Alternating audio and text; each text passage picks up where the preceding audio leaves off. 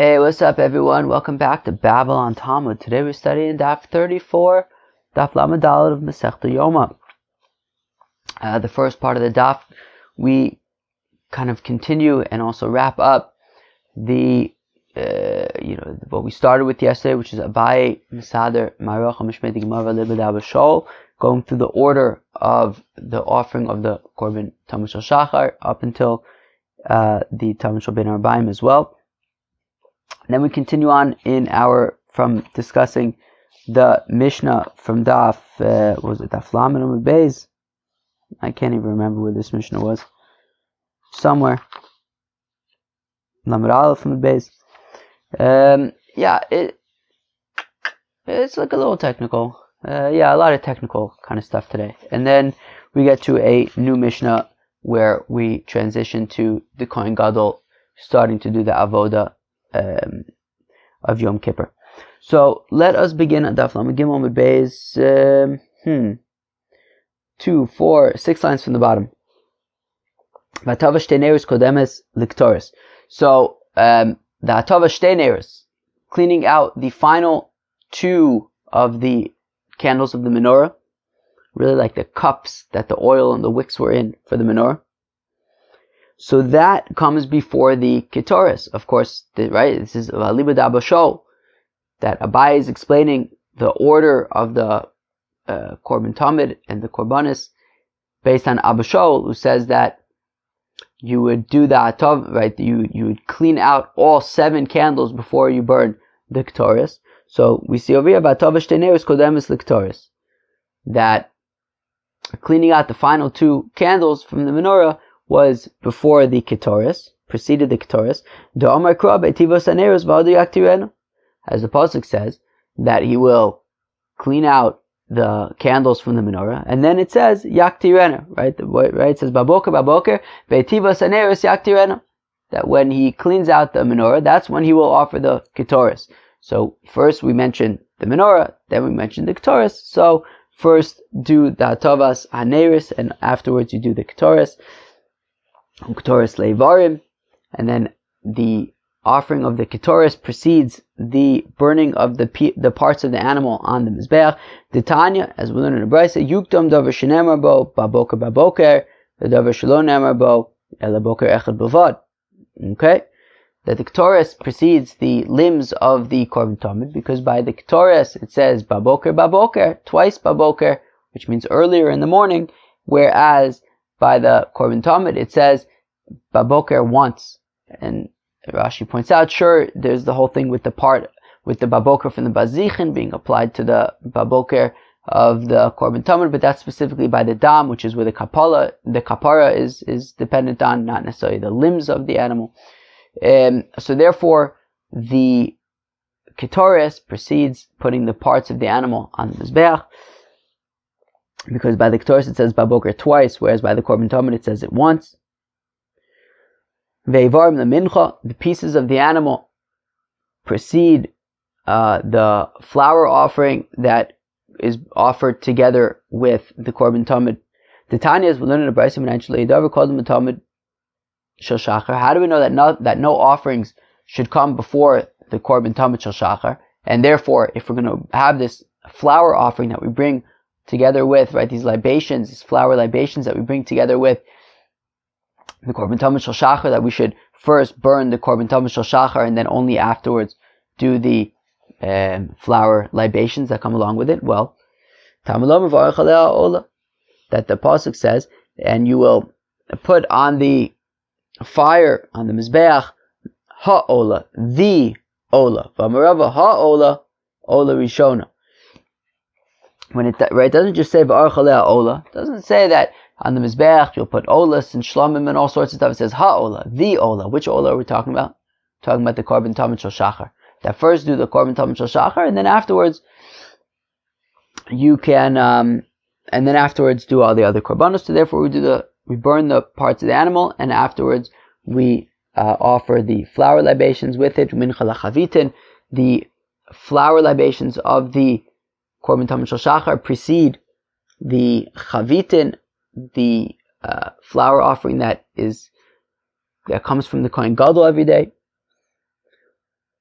How come? Because Ola Mincha. The pasuk says, so we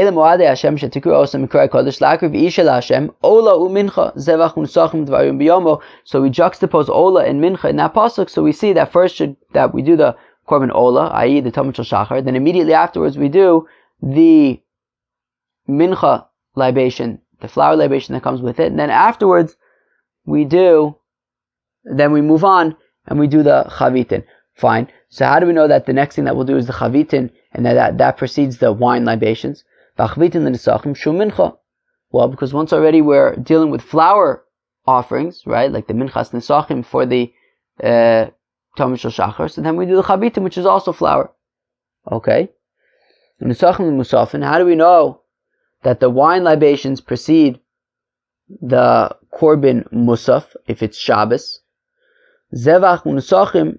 Well, because the pasuk says Zevach Nesachim, an offering and its wine libations. So if we want to juxtapose the wine libations to the offering, and therefore, before moving on to another offering, i.e. the Korban Musaf, let's first wrap up the first offering with its wine libations, and then move on to the Korban Musaf. Musaf and the Vazichin, and the Korban Musaf is offered on Shabbos before the frankincense from the Lechem Aponim is burned. We have a brayso that says that taka the opposite. That first you burn the frankincense and only afterwards do you do the korban musaf. Tanoi, so we say lemaisa it's a machlokas tanoim. Rashi points out it's a machlokas tanoim that we saw between Rabbi Akiva and Rabbi Yossi and Rabbi Shmuel in Masechta Psachim. Abai mistabra kemanda amar musafin kodem levazichin. And Abai says that regarding this machlokas about do the bazichin come and then do you first offer the bazichin and then the musafin, or do you first offer the musafin and then the bazichin? Zokt Abaye mistabra kemanda amar, that Abai says, well, it makes more sense to say like the opinion musafin kodem levazichin, that the musaf offering is offered before the bazichin are offered. How come? Because didn't we say after all that when we have in the pasuk baboker, let's say in the context of Ketores, right, we said that it says baboker, as opposed to, let's say, the Korban Tamar where it says only baboker once. So since it says baboker means in the morning, and we say baboker, we reiterate in the morning, so that means that we'd want to do it earlier in the morning. Well then, just like when it says baboker, that means that we should do it earlier. Well then, hachanami, here also in the case of the bazichin, which is by the lechem aponim, it says biyom, right? If we look at the pasuk, it says biyom haShabbos yarchenu lifnei Hashem tamin me'ez b'nei Yisrael b'solam. So it says biyom in the context of the lechem aponim and the bazichin. So biyom is the opposite of baboker. Baboker means early in the morning. Biyom means later on in the day. So because it says biyom twice in the context of the bazichin, it means that we should do it later. And therefore, Abai says that it makes sense, like the opinion, that first we do the musaf and then we do the bazichin, because by the bazichin it says biyom, which means do it later on in the day. Okay? Le'acher, fine, to delay. My time of the bazichin called me the musafin.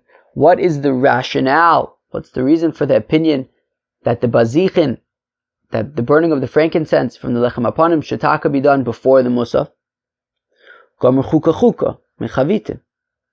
Well, because you can learn out of Gezei Shava that it says the lashon of chok by the minchas chavitin, and it says the lashon of chok by the bazichin, and therefore just like the chavitin come before the korban musaf, so then also I'll argue that the bazichin should come before the korban musaf. Well, all right. If you're going to learn out that Gezei Shava to say that we compare the chavitin and the bazichin, well then bazichin should also come even before like the wine libations even, right? If we're saying that we should treat the bazichin like the chavitin because it says chok by both of them, so then don't just say that we learn out from there that the bazichin should come before the musafin. Bazichin should come before everything that the chavitin comes before, such as the wine libations as well. So the Gemara says, well, that is where biyom kicks in. That to say biyom is like later on in the day. And therefore, we're saying that the bazichin are compared to, according to this opinion, that the bazichin come before the musaf. So we'll say that the bazichin are compared to the chavitin to the extent that they come before the korban musaf. However, they are not like the chavitin to the extent that the chavitin are before the wine libations, whereas the bazichin would be afterwards because it says biyom, that it should be later on in the day. What do you guys think about that? You think it's very, very nice, right? Let's go weiter in Shas.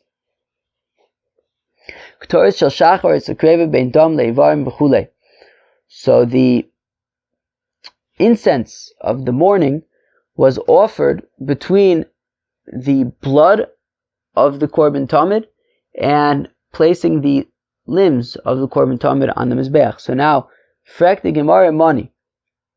Who's this like? We have a machlokas, of course, between the Rabbanon and Abba Shaul.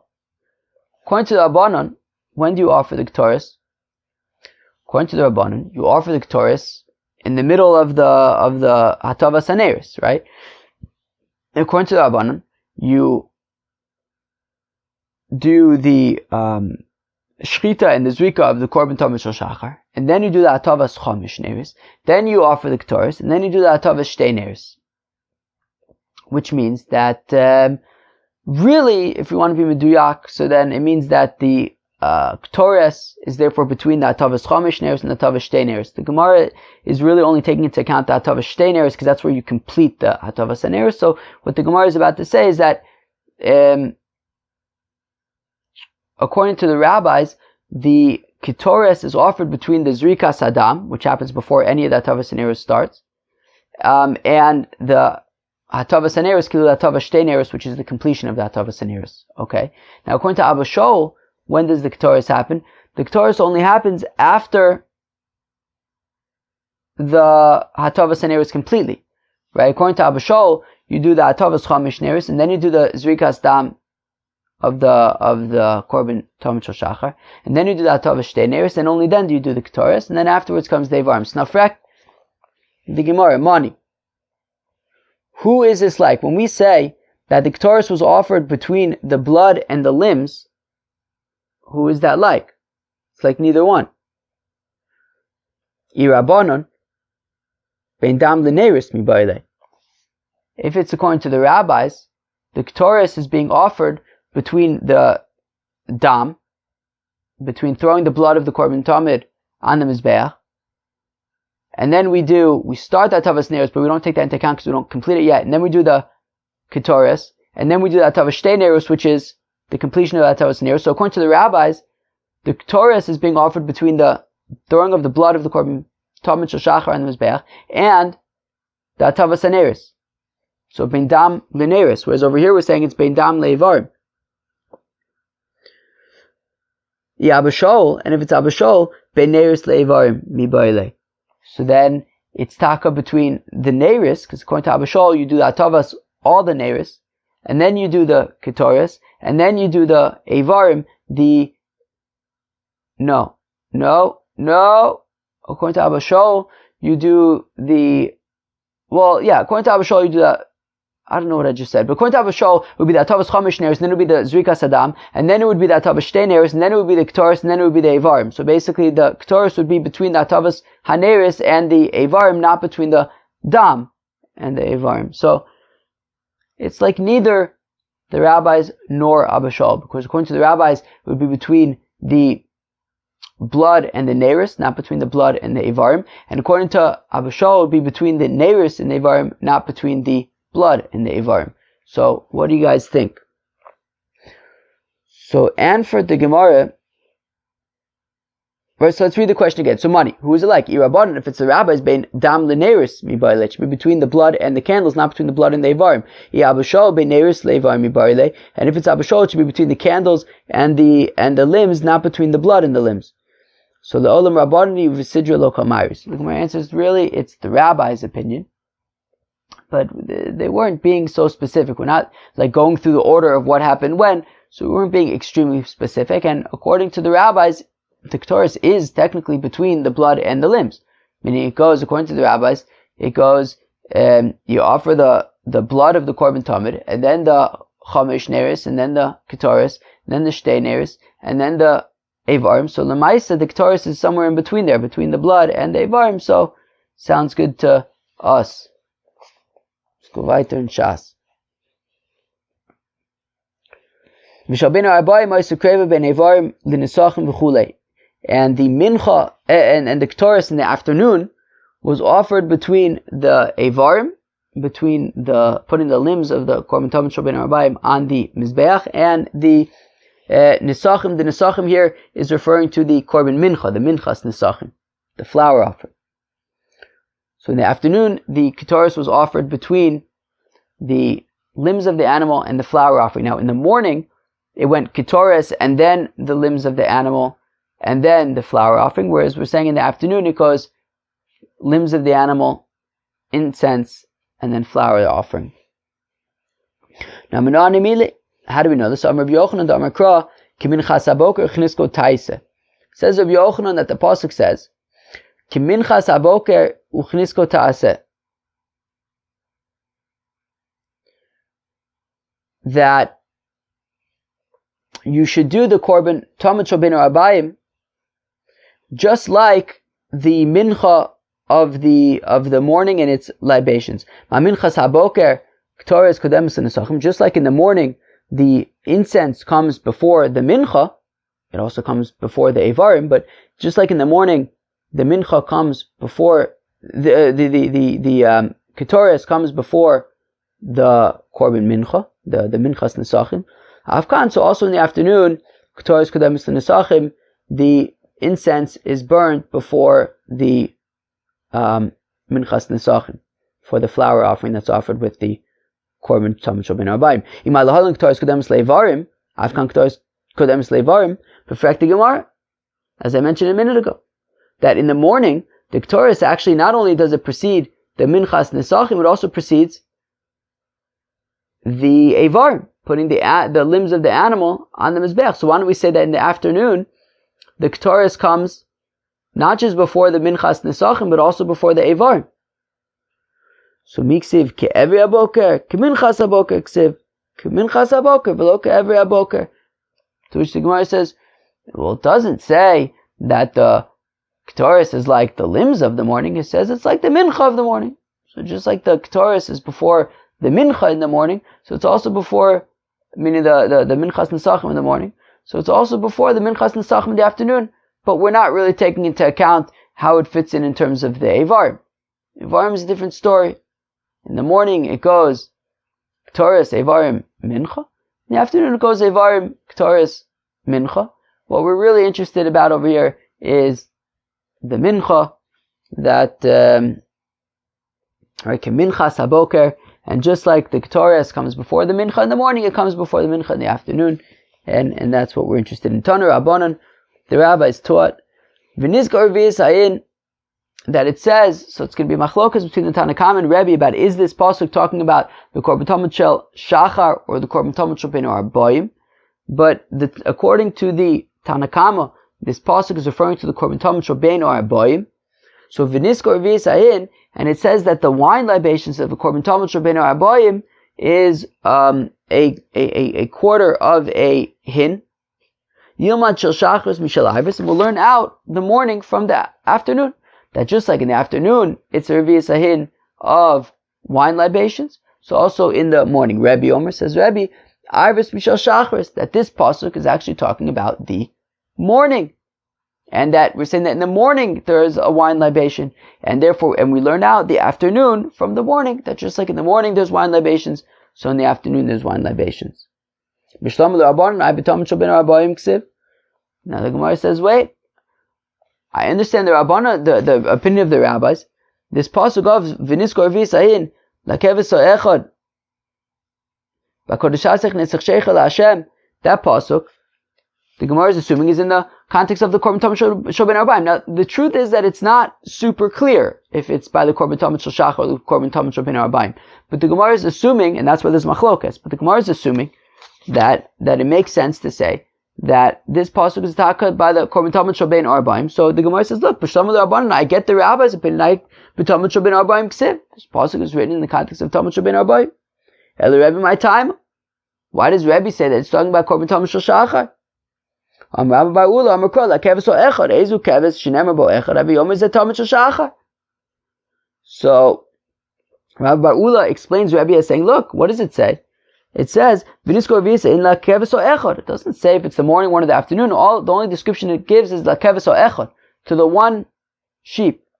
And ha-echad is a keves o echad taisa v'bogav, it's a keves hasheni taisa ben avayim. So the keves o echad must be the morning sheep. And therefore we're saying that the morning keves, that the Talmud shel shachar has wine libations, and we learn out the Talmud shel ben arbaim from it. Okay?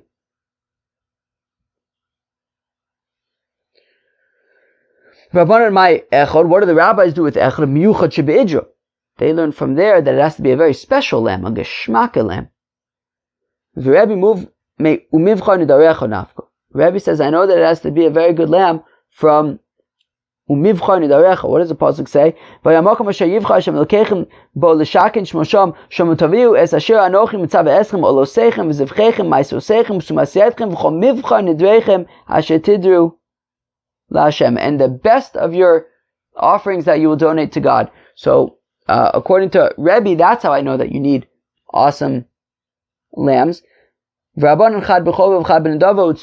rabbis say, look, that pasuk of mivchar nidarecha, that's in the context of voluntary offerings. We also need a pasuk to teach us by obligatory offerings that you need to have excellent quality. And therefore, from echad, they say, right, they learn out that it has to be a great quality lamb, but they said that pasuk is in the context of Talmud shel bein arbaim. Rebbe says, no, that pasuk is talking about Talmud shel shachar, and the fact that we need a high quality animal is learned out from umivchar nidarecha. Okay. Zok the Gemara, imay kohen gadol, zokinu isnis v'chulei. So the Mishnah had said that if the kohen gadol was older, or he was very particular, okay, he didn't want to go to the mikveh in cold water, so they wanted to heat up the water for him. So, Tanya, Amr B'Yehuda, Ashashul Shal Barzel Ayu Mechamin Me'erev Yom HaKippur V'Metilin L'Soch Tzon K'dei Shetafik Tzei.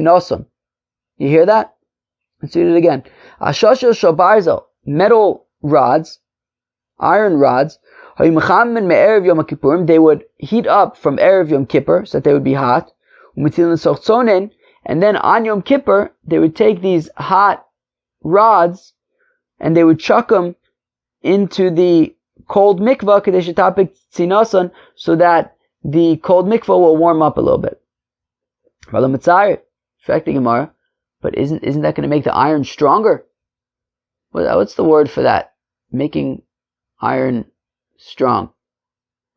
Ich weiß nicht. I don't know, casting iron? Is that what that is? Upon him. So Gemara asks Akasha. He says, how can you chuck, how could this be? How could Rabbi Yehuda suggest that you take this hot metal and throw it into the mikvah? Won't that be strengthening the iron? So Rabbi says, well, it's not talking about iron that is quite hot enough that it would be considered mitzaret. So you let it cool down a little bit and then you throw it in. Abai says you can even argue that it was so hot that you could argue that it would be tzeiruf. However, davar she'ein miskavin mutter. It's a davar she'ein miskavin, not intending to necessarily strengthen the iron. Therefore, it's mutter. Would Abai say that davar she'ein miskavin is mutter v'atanyo? We learn in Abai says we learn in Masechta Shabbos. Besar laso. It says in the context of Bris Milah that on the 8th day you will remove the besar olaso. And from the word besar, the word flesh is extra there. We learn out that even if there's tsaras on the orla, so you still remove it. Div Rabbi Yoshe, that's Rabbi Yoshe's opinion. We ask, how come I need a pasuk to teach me this? Don't I know that davar she'ein miskavin is mutter? Some would be a psik reisha upon him. And by the way, if anybody's interested, if you're reading along in the text of the Gemara, take a look at this Tosfos Hanimili bi isur de oraisa val hachat seruv de rabbanon, and then look where it ends. Pretty crazy, right? Anyways, so we say, what do I need a pasuk to learn out that you removed saras when you're doing a bris milah? It's a davar she'ein miskaven. V'amar Abai l'Rabbi Yehuda the amar davar she'ein miskaven asur. Abai says, well, this taka supports the opinion of Rabbi Yehuda, who says that davar she'ein miskaven is asur. Therefore, we need a pasuk to say that dafka when it comes to bris milah you can remove tzaras, because we have a pasuk to say so. But otherwise, I would assume that davar she'ein miskaven is asur. So we see that Abai's opinion is davar she'ein miskaven is asur. So how could Abai say that you're allowed to take this hot metal and throw it into the mikveh to heat up the mikveh? Won't that be strengthening the metal? And Abai comes and says, yeah, but it's davar she'ein miskaven. But Abai says davar she'ein miskaven is asur. Hanimili b'chol haTorah kula aval hachat seruv de rabbanon. So the Gemara answers yes. In general, Abai says davar she'ein miskaven is asur. However, this is seruv mider rabbanon, meaning you're not making a kli over here. Right? It's not like there's a makah b'patish over here. You're taking some hot metal, you're chucking it into water to heat up a mikveh. It's seruv de rabbanon. You're not. It's not like you're throwing this iron into water in order to make it stronger as a vessel. This is just to heat up a mikveh, and therefore the fact that along the way the metal might become stronger, it's a davar she'ein miskaven by it's only midrabanan seiruf anyways, and therefore davar she'ein miskaven would be okay. All right. New Mishnah, heviu leveis haparve. Okay, so now we're done with the first avoda of Yom Kippur, which is the Talmud Shel Shachar. Now we are moving on, and they take him to the beis haparve. Uva kodesh haisa, and it was in a holy area. Pers usadim shel butz beinu levein ha'am. Then they spread out a sheet of linen between him and the nation. Kidei shadav v'raglav. He then washed his hands and feet to fashat, and then he removed his shmona begadim, the big day kohen gadol. So we see that according to the Tanna Kama, he first does kiddush yadayim v'raglayim while he's still wearing the shmona begadim, and then he removes his clothes. Reb Meir omer pashat kiddush yadav v'raglav. Whereas, of course, we've seen that Reb Meir's opinion is that first he removes the shmona begadim and only then does he do kiddush yadayim v'raglayim. Now, according to everybody, Yared v'taval, he then goes to the mikvah, olav v'nestapig, he dries off when he comes out. Hevilo big day lavon. Now they bring him his white garments, the garments that he's going to be doing the avodah of Yom Kippur in. Lovash v'kiddush yadav v'raglav. And then according to everybody, he puts on the big day lavon, and then he does kiddush yadayim v'raglayim again. V'shachar lovish pilusin shel shneimosar mana. In the morning, he would wear linen garments from this pilusin place that was worth 1,200 mana. Ben arbayim handuin shel shmona meo zuz. And in the afternoon, he wore, I don't know if I said 1,200 mana, but 12 mana. And in the afternoon, he would wear garments that were, meaning when he would, the white garments that he would wear in the afternoon when he would go to remove the kafu machta from the kodesh kodashim. So that would be white garments that were worth 800 zuz. Now, 1 mana is 100 zuz, so 12 mana is 1,200 zuz, and in the afternoon it would be 800 zuz, so 2/3 the price of the morning one. Divir Amer, that's Reb Meir's opinion. The Chacham said, "B'shachar lovish shel shmona asar mana, uven arbaim shel shneim asar mana." Whereas the rabbis say, no, in the morning the garments that he wore were 1,800 mana, and in the afternoon it was 1,200 mana, also keeping the 2/3 ratio, but a little bit more expensive. Hakol shloshim mana, for a total of 330 mana, which the Gemara is going to explain why we have to tell us that it adds up to 30 mana. Elu mishal tzibor, and these were from public funds. V'mratzalosif mosif mishlo, and if he wants to wear even more expensive clothing, so he's always welcome to buy more expensive clothing with his own funds, with his own private funds. Cheved, that was daf 34 of Masechta Yoma. So just like a whole bunch of stuff in this daf. So we've started off by concluding what Abaye started yesterday with which parts of the service comes before the next. We then moved on to say that the Ketoris in the morning is between the blood and the limbs, and in the afternoon it is between the limbs and the korban mincha. And then it was an interesting machlokas there about Davar Sheinu Miskaven regarding how they would heat up the mikvah for the Yom Kippur for the Kohen Gadol on Yom Kippur by throwing hot metal into the cold mikvah. What about the fact that it's mitzarif? So according to Rav Bevai, it wouldn't get quite hot enough that it would constitute mitzarif. According to Abaye, he says even if it is hot enough, but it would be Davar Sheinu Miskaven, and it's only mitzarif midrabanan anyways. And then we got up to a new Mishnah describing, the transition now to the avoda of Yom Kippur itself, starting with the Kohen Gadol, changing into going to the mikvah, doing Kiddush Yadayim V'Raglayim, and changing into the Bigdei Lavan. Chevre, I hope you enjoyed it. Have a great day. Cheers.